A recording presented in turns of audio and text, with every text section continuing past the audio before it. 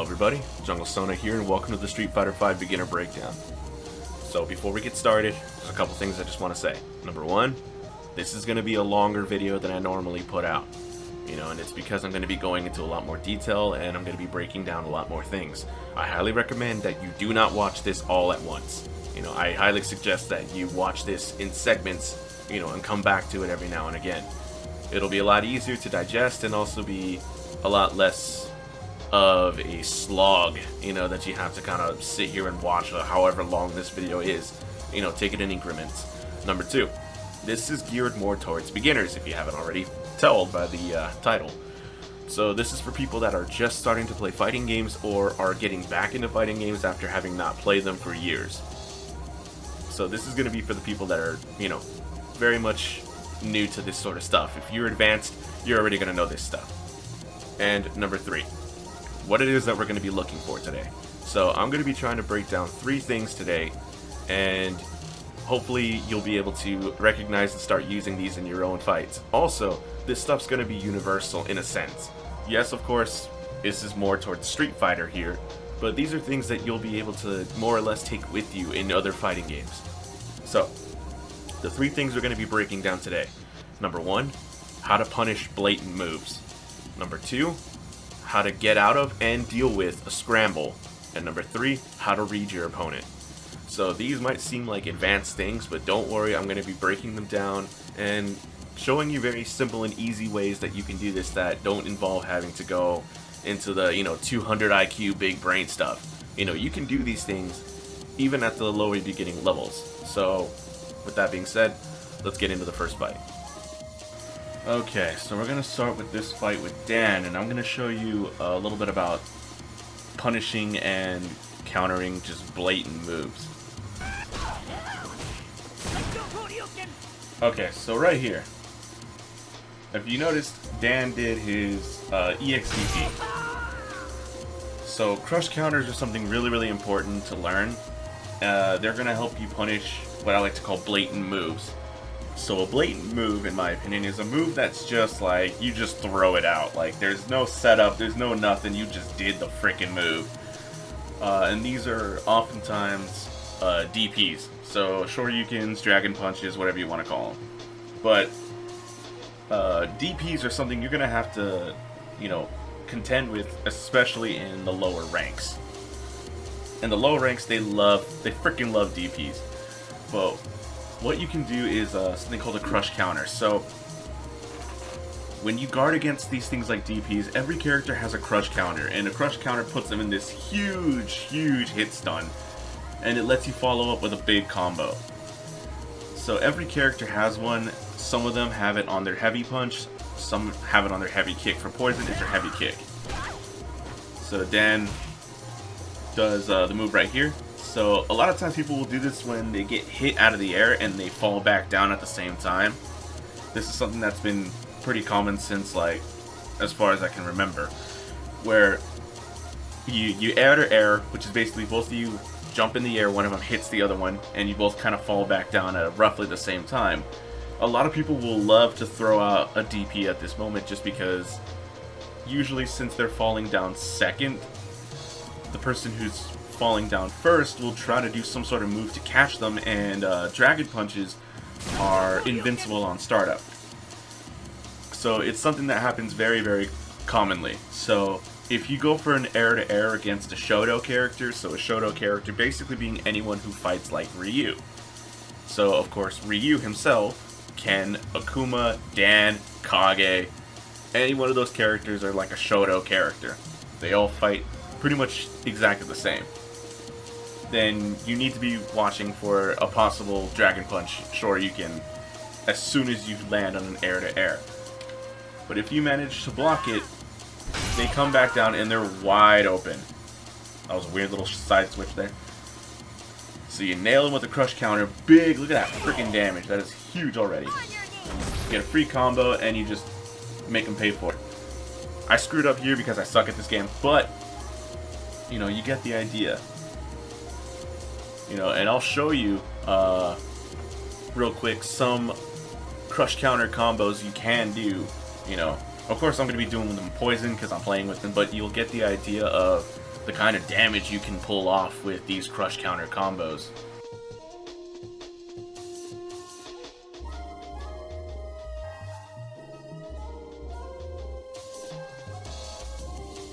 So another thing you gotta watch out for, people jumping. So jumping is something that a lot of beginning people love to do because it's the fastest and easiest way to close distance. You know, all you do is just jump in the air. But, of course, jumping has so many risks tied to it if you don't do it correctly. If you just jump at a random time like this, you're gonna get hit out of the air. Anti-airs. Anti-airs are freaking extremely important in this game. You know, probably more so than any other fighting game, really. You know, because everyone jumps roughly at the same arc. You know, so you're gonna be able to catch a jump in on anybody. You know, so poisons jump in. Hang on, let me turn on the, not the attack, the key display. Yeah. Anyway, so poisons jump in is done with quarter circle forward kick. You know, some other characters might be different. You know, charge characters like Guile does a flash kick. You know, Ryu, Ken, Shoto fighters do the Shoryuken. Shoryuken. It's a diagonal zigzag motion with a punch. Everyone's got their own thing, and some characters don't have a special move that is the anti-air, but it's just a regular move, like a crouching hard punch or something. So one thing you definitely want to look for if you're, you know, just starting out, what is your character's anti-air move? You know, what is the thing that's going to hit people out of the air when they jump in without thinking? So, like I said before, you're going to see it again here. Just like last time when I air-to-air Dan before and he did the EXDP, same thing happens here. As soon as we air-to-aired, he landed, I jumped, knowing he immediately EXDPs. Unfortunately, I wasn't able to get the crush counter here because I panicked. I was getting a little nervous. But either way, I'm still able to get the stun. And that leads to death, basically. That's just a death combo right there. But yeah, so the thing to take away from this is, you know, learn how to punish these kind of blatant moves where, you know, they just kind of throw it out and it leaves them wide open, because you need to be able to punish them, you know, hard. Because if you don't make them pay for it, they're going to keep doing it. The more they do it, the more likely you are to get hit by it. You know, and what you're trying to do is you're trying to shut that option down completely. You're trying to make them stop doing that and just take away that option. So when they go for something like an EXDP or a super risky move, you make sure that when you punish them good, you know, and you make it hurt. Alright, so for this fight, we're gonna break down how to deal with the scramble. So a scramble, in my opinion, and how I define a scramble, is basically when both players just kind of start hitting buttons and nobody's in control. Like, everything is just going horribly wrong, you know, and we're all just trying to hit the other one without any game plan. So Ryu is way punishable in this move. So he has 3 versions of the hurricane kick: a light, medium, and a heavy. Right? This Ryu only does the medium one. However, this is my punish. That's a weak punish. I didn't know this because I didn't know how punishable this move was. You can actually punish this move way harder. So I'm going to show you a couple of punishes that I figured out and learned that will always work for poison. And I highly encourage you to try it with your own characters. Here's an interesting part. So here's a big time scramble from Ryu. So Ryu's just gonna kind of start throwing out hurricane kicks because he's like, I just need to hit something.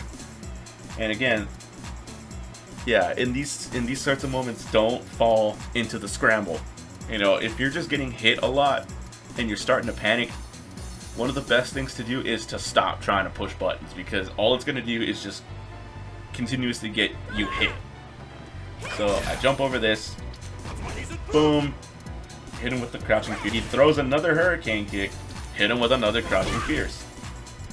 He jumps now, because at this point he's not thinking anymore. He's fully enveloped in the scramble. This dude's making an omelet right now. So even though he has fireballs, he chooses to jump because he's just getting frustrated and things are just going like horribly bad. So big jump in, and you have to punish these things though. That's the thing, is you have to be mindful, because if they're starting to scramble and you're not making them pay for it, then you're not really doing your job, you know.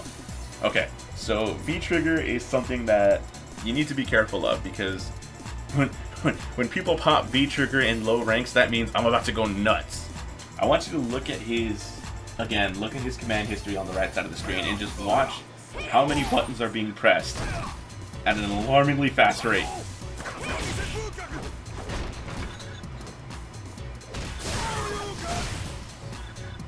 So big DP. This dude's just mashing DP. Yeah, scrambles are dangerous. As you notice, the Ryu and I got into a couple of scrambles here and there, and things started going really badly for both of us. So, you know, if you find yourself starting to kind of lose control and you're like, oh shoot, I'm just kind of hitting buttons and things are going really, really bad right now, the best thing to do is to just kind of lay off the buttons, take a step back, and just cool off. Because when you start to panic, you start to become a very easy target. Alright, so for this final fight here, I'm going to teach you a little way to start learning how to read your opponent. So for those of you who don't know, reading an opponent is essentially predicting correctly what they're going to do next. So this is something that might sound really, really difficult to do, but you'll find over time it becomes a lot easier once you start kind of playing more people in this skill level, because they kind of do the same things. So, like I said before, players in low ranks love to jump. That's just a thing here. So, this Balrog has a fun little thing that he does here. So, recognizing patterns is the fastest way to learn how to read people. So the Balrog does this big kind of low sweep and goes straight into a low sweep again. So he does this kind of low rush punch into this sweep. And then he's got this cheeky little thing here, which once again, I highly recommend doing every now and again. It'll mix people up, and it's an overhead on wake up. And he goes straight into another sweep. So now I'm starting to kind of figure out, like, okay, this kind of follows up everything he does with a sweep.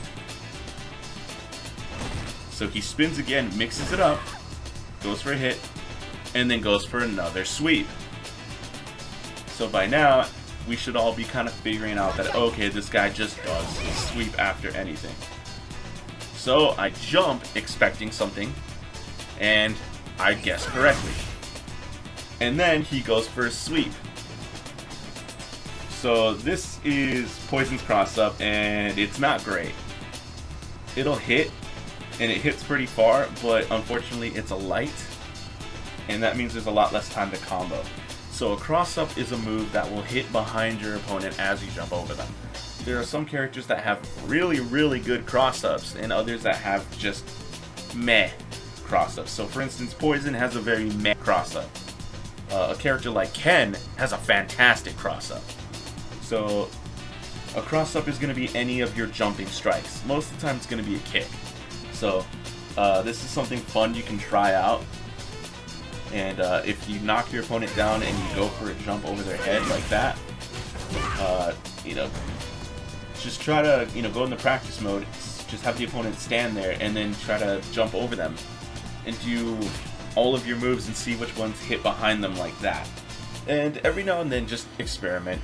You know, you don't have to do it all the time, but it's definitely something to, you know, try every now and then. The more you try it, the more comfortable it'll be. So now, the thing about Balrog is, and there's other characters like these called rushdown characters.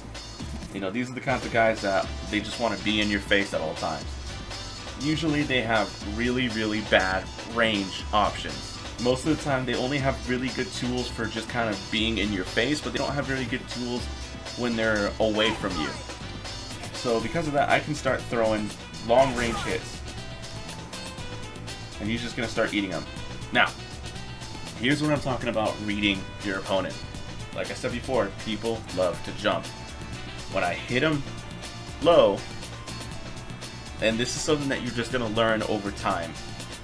When you smack somebody at low range from a long distance, usually that's gonna make them want to jump because they're just gonna keep pelting me the longer I'm on the floor. So if I jump, I can jump over their move and I'll be safe.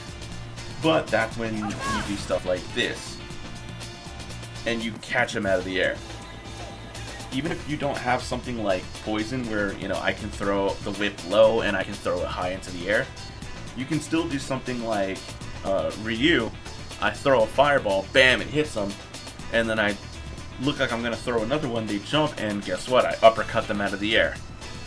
You know, you have your own versions of these kinds of moves that'll make your opponent want to jump. So I get hit by that one because I suck. I should have done an anti-air there.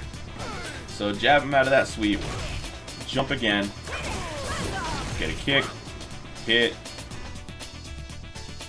Here's another thing. When you, like I said before, when you punish somebody for something, you may get hurt.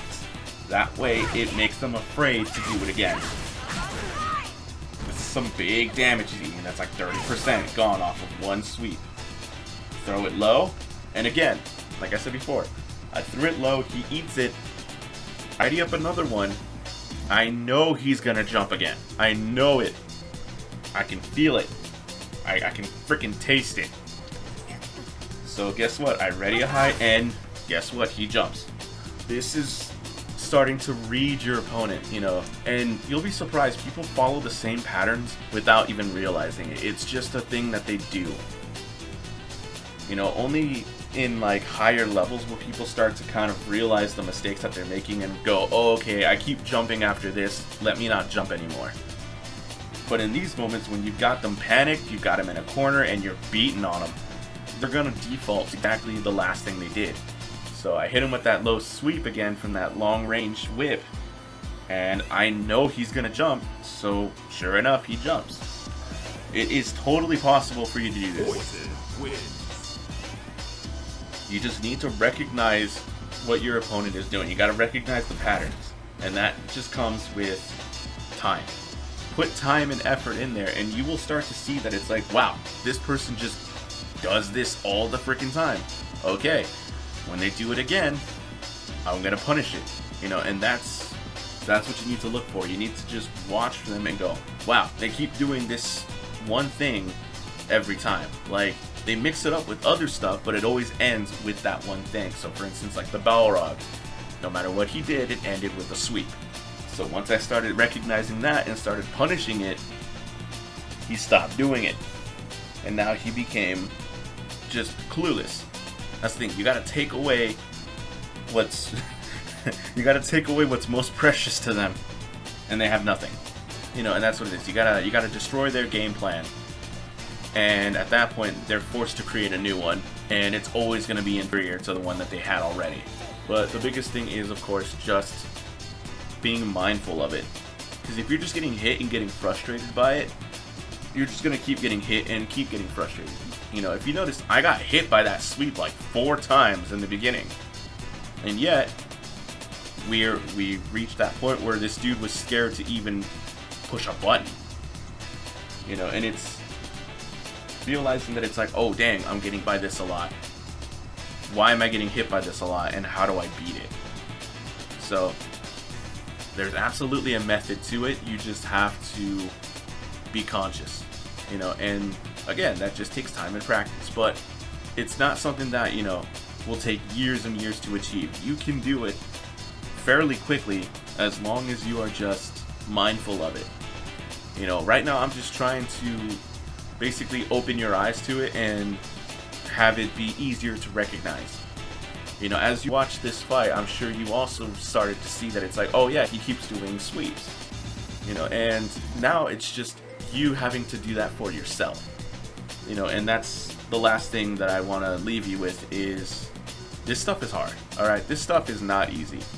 And there is no reason to feel bad for getting your crap beat. That's just a part of fighting games. Like, I've taken so many L's, you would not even believe it. Like, I have some of these L's, I've taken them so hard, like they're gold plated and they're hanging on my mantle over my fireplace. But do you know what happens when you take two L's and you kind of tilt them aside a bit and then you put them together? They make a W. And that's what you got to learn how to do. You got to learn how to take these L's and turn them into dubs, bro. It takes time. It takes patience. But you can do it. You know, the biggest thing is to not get discouraged. You know, because people get frustrated very, very quickly. This Balrog did not rematch me. I beat the crap out of him and he ran. He was done. But you have to lose to win. It's just like anything else, dude. Whether it's sport or it's a craft like drawing or painting, singing, cooking, you're gonna burn some steaks before you make a good one. You know, your voice is gonna crack before you hit that high note. You know, it's just like anything else. You're gonna have to practice and work at it. But hopefully I'm able to at least kind of give you that first step that'll set you on that path if this is something that you're interested in. Or if you're just casually playing, I hope that at least I gave you something you can go, oh, that's pretty cool, I might use that next time. Even if it's just that, honestly, that's more than I can ask for. You know, all I hope is that this helps you in some small way. So, with that being said, thank you for watching, and I'll see you in the next video.